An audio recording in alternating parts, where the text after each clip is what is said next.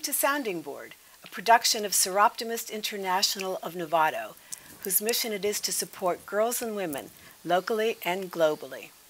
I'm Freda Kaplan, and my guest tonight is the Dirt Diva, Annie Spiegelman, passionate environmentalist and master gardener.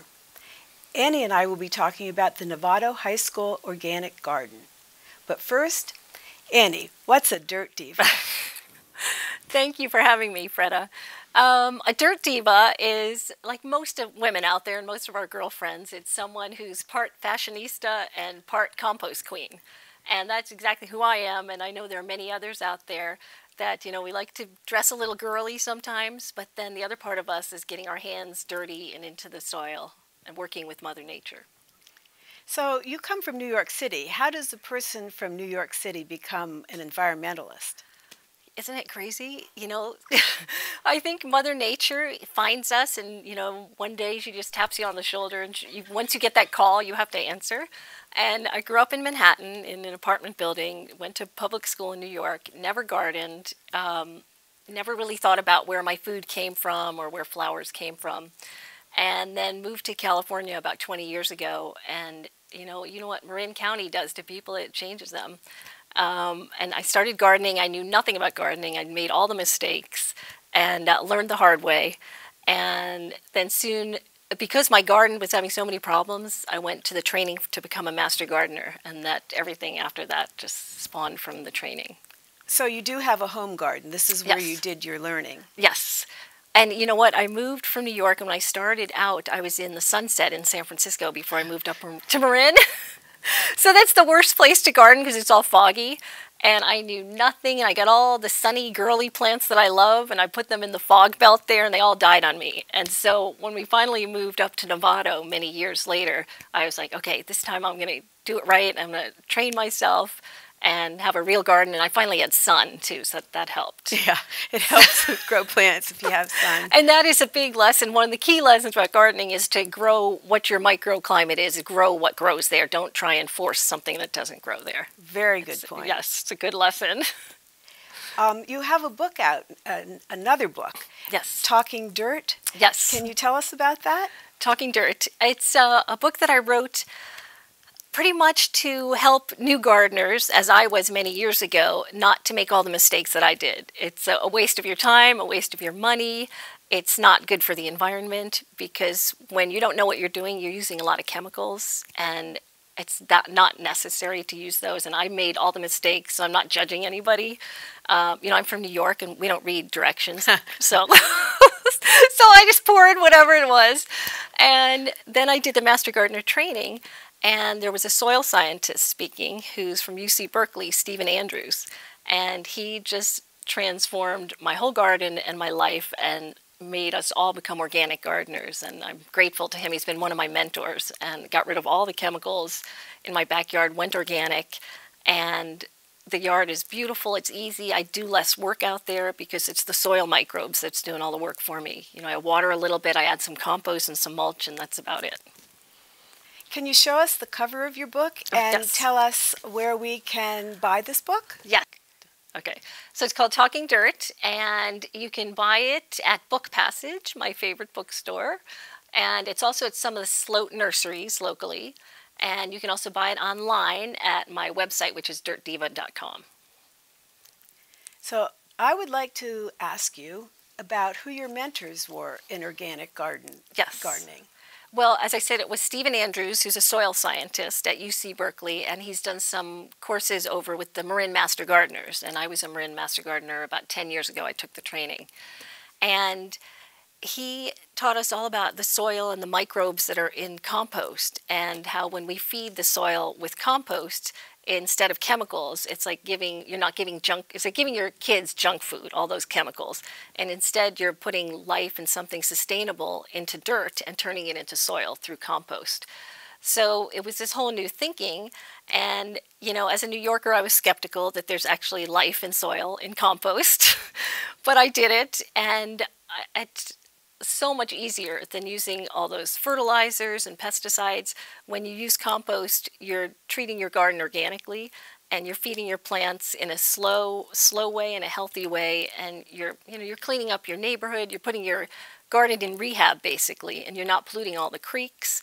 You know, all of us, you know, if my neighbor's using chemicals, it's going into our local creeks. So, and I'm going organic. So we're trying to, you know, we don't want to preach it, but what I can say is it saves you a lot of money and time and a lot of water too.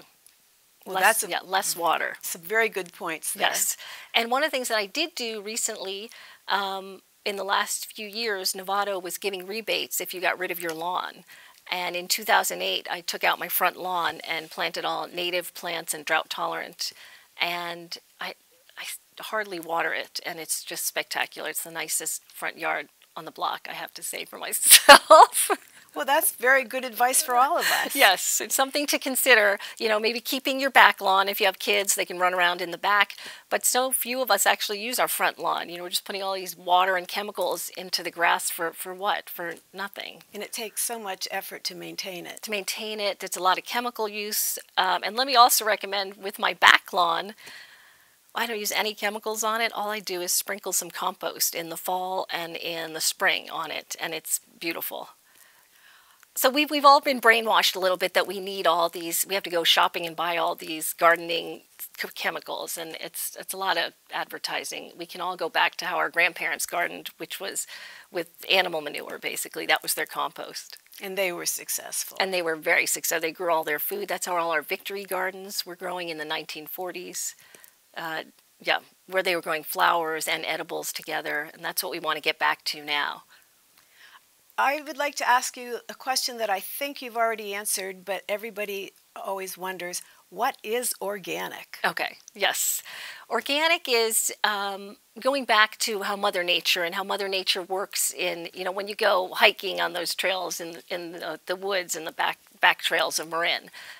It's the forest that's dropping the leaves and making their own compost and mulch. That's what's feeding the plants. No one's back there with a little bottle of pink chemicals and fertilizer. So, and it took even me a while, because I loved using fertilizer and spraying because I thought I needed to. But I have to tell you, when I went organic in my yard about 10 years ago, all the snails, I used to have a ton of snails, all the snails disappeared, everything, so many of the pests. I rarely have pest or disease problems because all I use is compost, and that has nourished the soil. It's healthy soil, so the good insects come and eat the bad insects. So you're making a system in your yard that nature is going to work for you.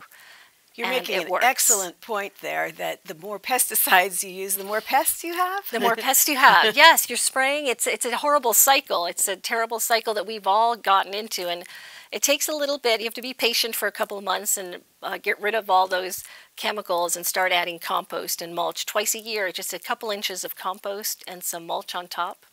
And we're lucky here in Marin County. There's so many great nurseries and landscape supplies stores, and also our waste management. The local landfill in Novato now makes their own compost. It's organic compost. We've had it soil tested with a soil scientist. It's safe to use.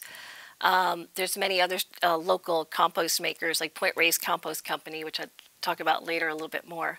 So even if we're not making our own backyard compost, we can purchase it locally inexpensively. So we have it's all starting here, I feel like, in the Bay Area, and it's spreading, that to take our waste, our local waste, our food scraps and our yard waste, and turn it into something good, turn it into compost. Well, let's talk about organic school gardens and why they are important. Well, when my son was in elementary school, I volunteered at Olive School in Novato, and as he went on to middle school, I started a garden at Hill Middle School in Novato with a science teacher, the wonderful Nicole Calmels.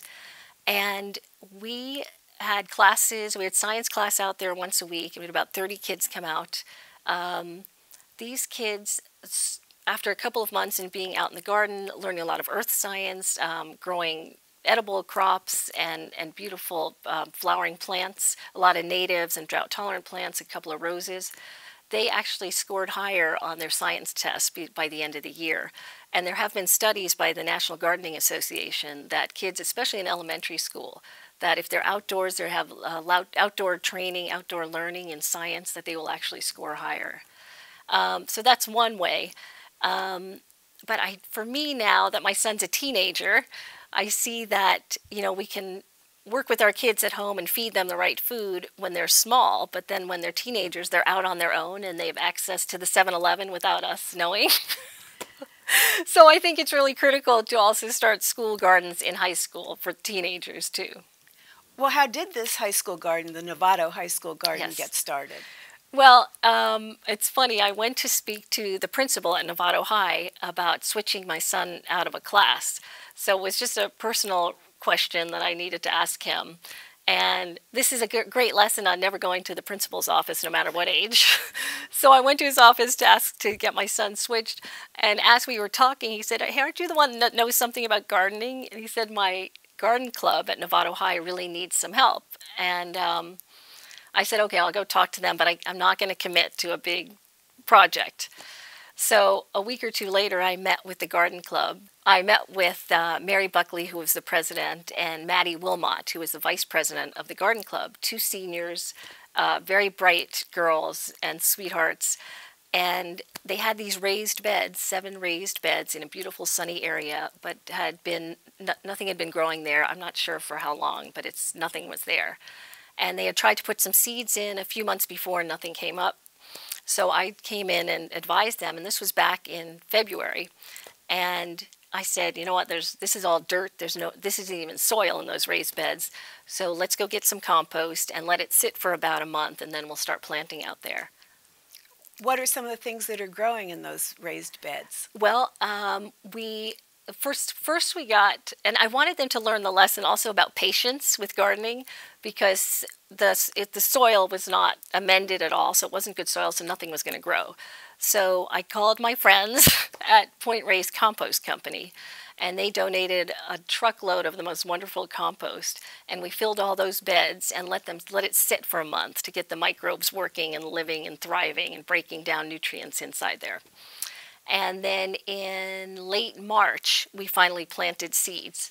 And about 6 weeks later, we have the most beautiful lettuces, kale, we had radishes, carrots are coming up now, mitsuna, which is an Asian green, mustard greens, and a couple of different sunflowers and wildflowers, and cosmos are just about to start blooming. And the beds are just extraordinary, and it's all with no chemicals. It's all from compost.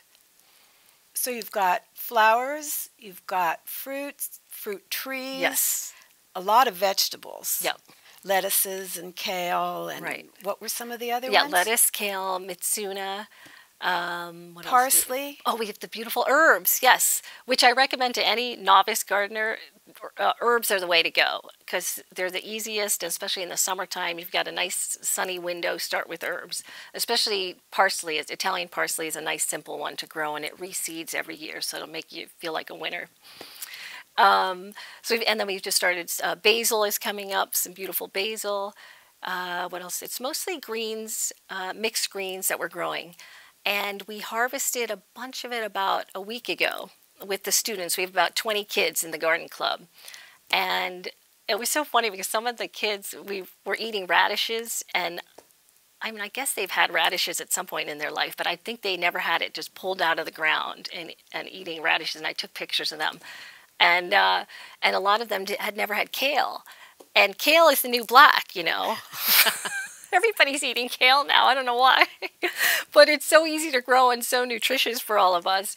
So there's about 20 kids in the garden club, made them all take some kale and some lettuce home to their parents. And I was like, go home and start eating vegetables.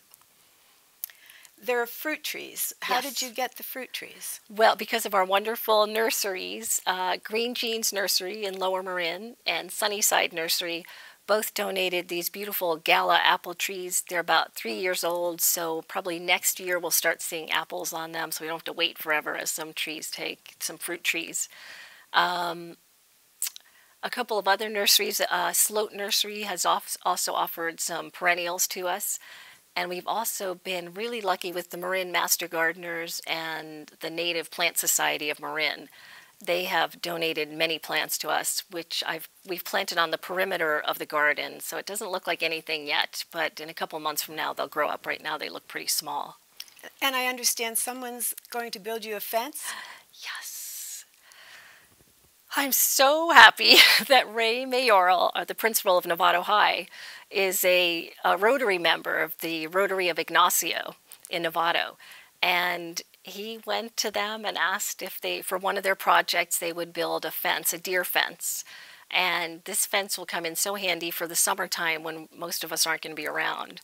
And so far we've been lucky with pests. You know, we haven't been so bothered by them, but you never know. We're near the hillsides here, and there's deer in these neighborhoods. So the Rotary of Ignacio, we're going to start the fence this weekend. And many students are going to volunteer and get their community service hours. And I'll be out there putting posts in the ground. That's going to be rough. But I said I'd help. I have to show up. Do you have irrigation there? We have nothing. Retta,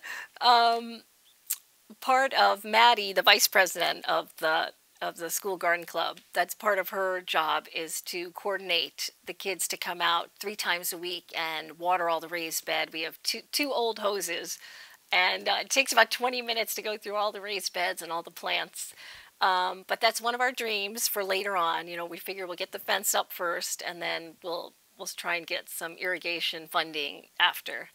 But I think in a way it's a good lesson for the kids to take care of plants and be a little concerned about watering when you have these hot days out there. It's a good lesson in, you know, it's in nurturing and parenting, a good lesson for later. And also it makes you slow down, and Yes. maybe it's meditative. It is definitely meditative. But I watch them out there when they're watering, they're all on their phones and text. So much for meditation. Exactly. So we're trying to get them to slow down, but they all have to multitask, I guess. You have compost bins, I saw. Yes. Are you making compost? Yes, it's a slow start right now because we don't have any yard waste. There's not that much growing out there yet. Everything's new plants, so we don't have that much to put in the compost bins. But we have 2 BioStack boxes, which are the square compost bins that were donated to us. And then we have a fun spinner one that is good for if you're worried about any pests like rats or rodents. The spinning ones, you can put all your food in and not worry about rodents. That's what I like about those. It's totally closed, and the kids have fun spinning them. And then we have a wooden box, a worm bin started there. So I'm hoping next year we'll be a little more involved with the composting. Right now it's just the beginning of it. Worm bins, Yes. how do they help? The worms help. We love the worms. The worms break down so much of our food scraps and any yard waste we put in there. And worm droppings, worm manure is one of the healthiest composts. You can make worm tea out of it, compost tea out of it. It's a great fertilizer. And it's also fun for the kids to see. You put banana peels in there or something that you ate, and a couple weeks later it's breaking down. You see all the worms. And, you know, as a city girl, New Yorker, I used to think that just freaked me out. But I don't know what happened to me. All of a sudden now I'm so excited to watch the worms do their work. You know, because I know that they're helping. They're our people. They're breaking down all the nutrients, so we can use that as compost. So they're very beneficial. Yes. And if you don't have enough in the ground, why not cultivate your worms? Cultivate them, yes, and they have tons of babies immediately, all the worms, so it's a never-ending process. It keeps going. It's just fun to watch all this composting happen, you know, it's an earth science lesson to see how it breaks down. How long has it been since you started this garden? It's very new, actually. Let's see, we started planting, we put the compost in February, and then we started planting the end of March. So it's only been about 6 weeks, and we have, as you see, those beautiful crops all growing. And, you know, as a New Yorker, I hate to say anything good about somebody from Jersey, but Teddy, the owner of Point Reyes Compost, is from Jersey. And I have to say his compost is amazing. It's all they have an organic farm out in Point Reyes, and they pamper their horses and their cows. So everybody's fed organic out there. And it's horse and cow manure, and it's full of nitrogen. It's a great compost and fertilizer, all natural.